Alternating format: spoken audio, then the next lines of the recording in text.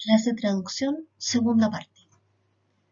Hemos visto cómo se traducen las proteínas en los ribosomas del citosol. Entonces, uno puede preguntarse cómo llega una proteína como la que está aquí ilustrada a formar parte de una membrana, la membrana plasmática o la membrana del retículo o del Golgi. Veamos algo de eso.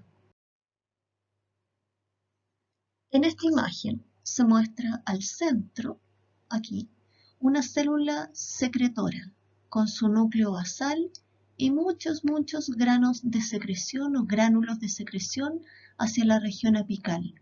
Ahí hay un lumen que puede corresponder, esto podría ser una célula del páncreas o de glándula salival, una célula que está produciendo gran cantidad de proteínas.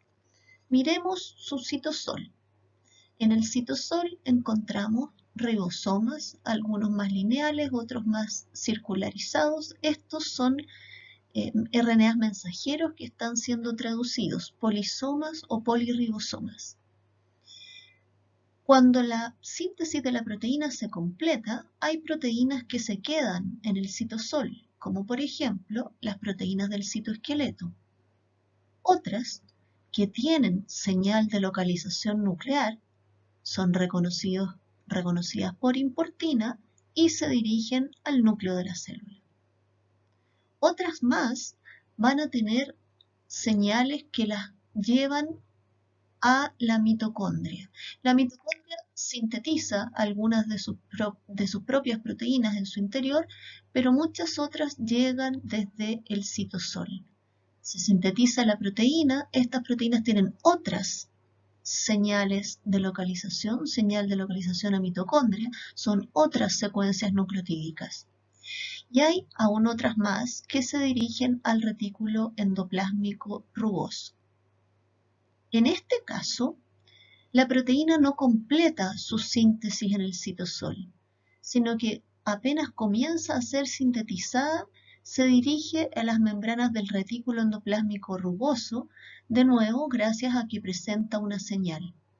En este caso, su síntesis se detiene cuando está sintetizándose en el citosol, apenas sale la señal, aparece la señal, se detiene la síntesis y el ribosoma se trasloca a las membranas del retículo endoplásmico rugoso.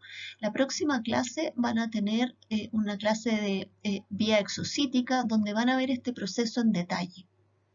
Aquí estamos viendo la visión panorámica.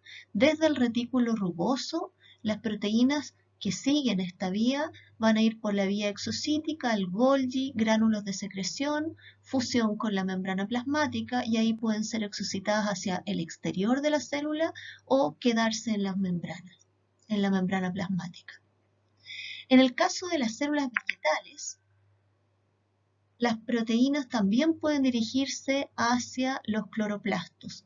Proteínas que completan su síntesis en el citosol van a cloroplastos cuando tienen la secuencia señal que así lo indican. Entonces, de todas las que completan su síntesis en el citosol, algunas se quedan aquí y otras, las que tienen señales, se dirigen al núcleo, mitocondria, cloroplasto, peroxisomas. Hay otras proteínas que no completan su síntesis en el citosol, pero que sí comienzan aquí y apenas emerge de ellas una secuencia señal, se dirigen a retículo y siguen la vía exocítica. Ya que hemos visto transcripción y traducción, vamos a ver algunos conceptos relacionados con mutaciones. Para analizar las mutaciones vamos a usar como ejemplo la anemia falciforme. Ustedes tienen aquí un frotis sanguíneo de un paciente o de una paciente con anemia falciforme. Leucocitos, plaquetas, glóbulos rojos con forma conservada, pero estos otros glóbulos rojos que tienen esta forma alargada y curva como una hoz, son los glóbulos rojos que están expresando, haciendo evidente el efecto de una mutación. Estos glóbulos, con esta forma particular, no son capaces de atravesar por los capilares más delgados. Los glóbulos rojos normales son bien flexibles y adaptan su morfología al pasar por los capilares más finos. Estos glóbulos rojos con forma de hoz son menos flexibles y pueden quedar detenidos en los capilares más finos, forman coágulos y esto produce un sinnúmero de expresiones sintomáticas, muy dolorosas en algunos casos. Cuando hablamos de mutaciones, siempre nos referimos a cambios en el DNA. En el caso de la anemia falciforme, esta mutación afecta a un gen que codifica para la hemoglobina beta. Este gen de hemoglobina beta se ubica en el cromosoma 11 en su brazo pequeño.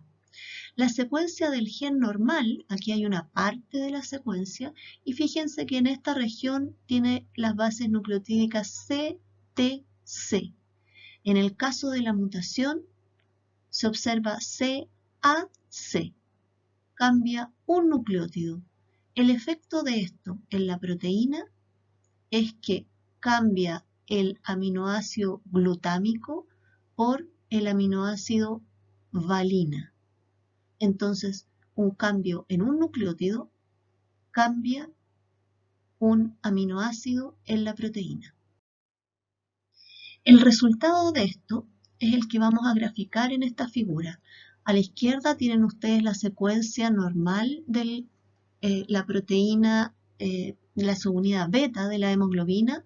La hemoglobina es una proteína con estructura cuaternaria, tiene dos subunidades alfa y dos beta. Esta es la hemoglobina normal y es la proteína que transporta el oxígeno en el glóbulo rojo. En el caso de la mutación, vemos aquí la presencia del aminoácido valina. Valina es un aminoácido con características hidrofóbicas. Muy por el contrario, el aminoácido que se encuentra normalmente en esa posición es glutámico, un aminoácido con carga, es decir, hidrofílico.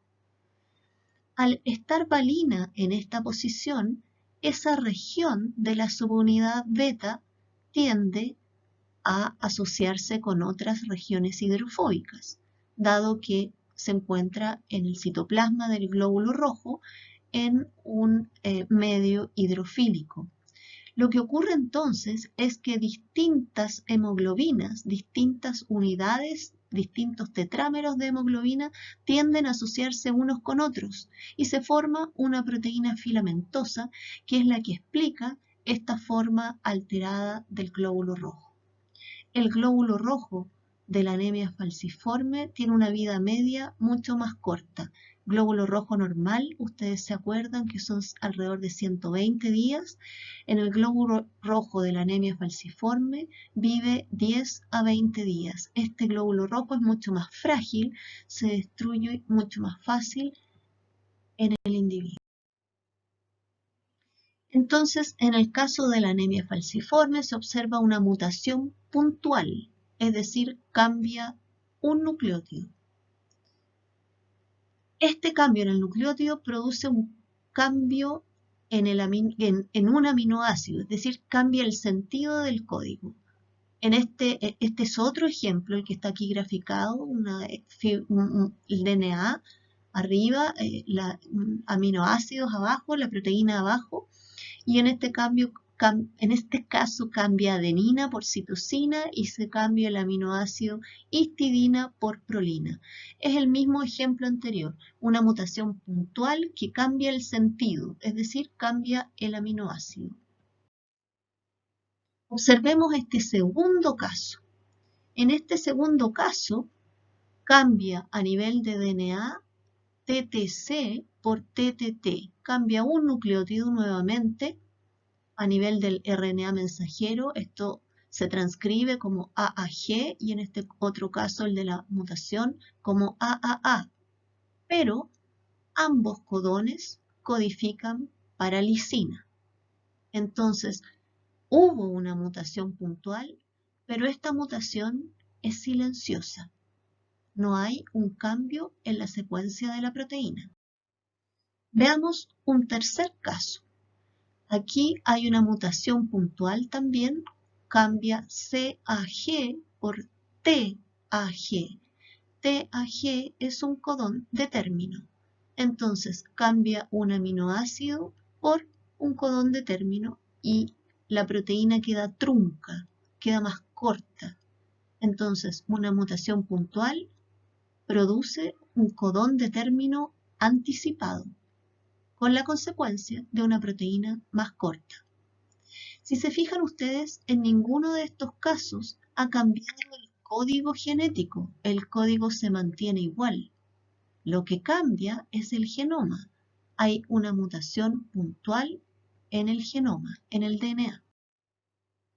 Por último, vamos a ver cómo afectan las inserciones o deleciones. En este caso, no hay un cambio de un nucleótido por otro nucleótido, sino que se agrega inserción o se elimina deleción un nucleótido en el DNA. Observamos ahora en este esquema se graficó RNA mensajero arriba y proteína abajo. Arriba la proteína en el caso normal con el RNA mensajero con, fíjense ahí, un triplete de uracilos, UUU, que codifica para fenilalanina.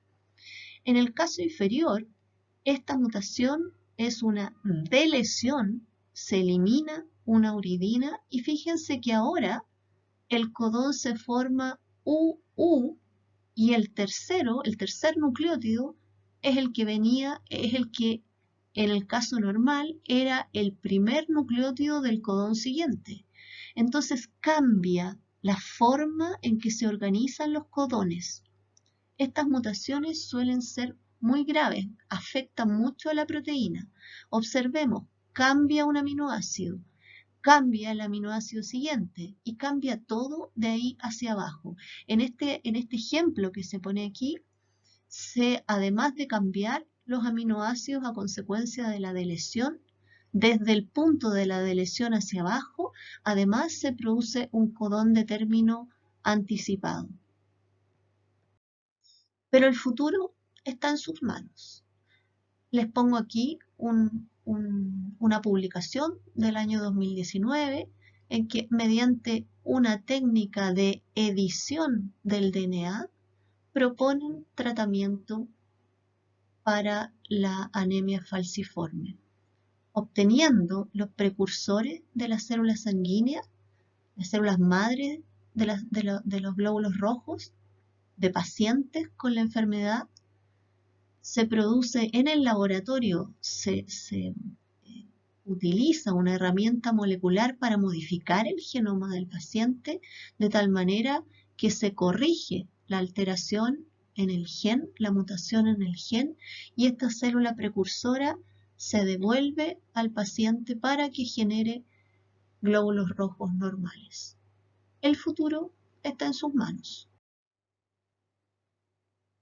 Estas son algunas preguntas para que ustedes vayan pensando, ahora que han visto transcripción y traducción, además de la redundancia del código.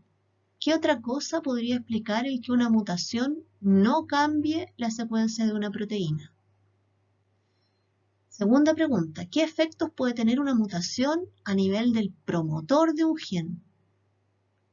¿Y si la mutación afecta la señal de término y de poliadenilación? ¿O si la mutación afecta las señales de splicing o las secuencias UTR? Para pensar.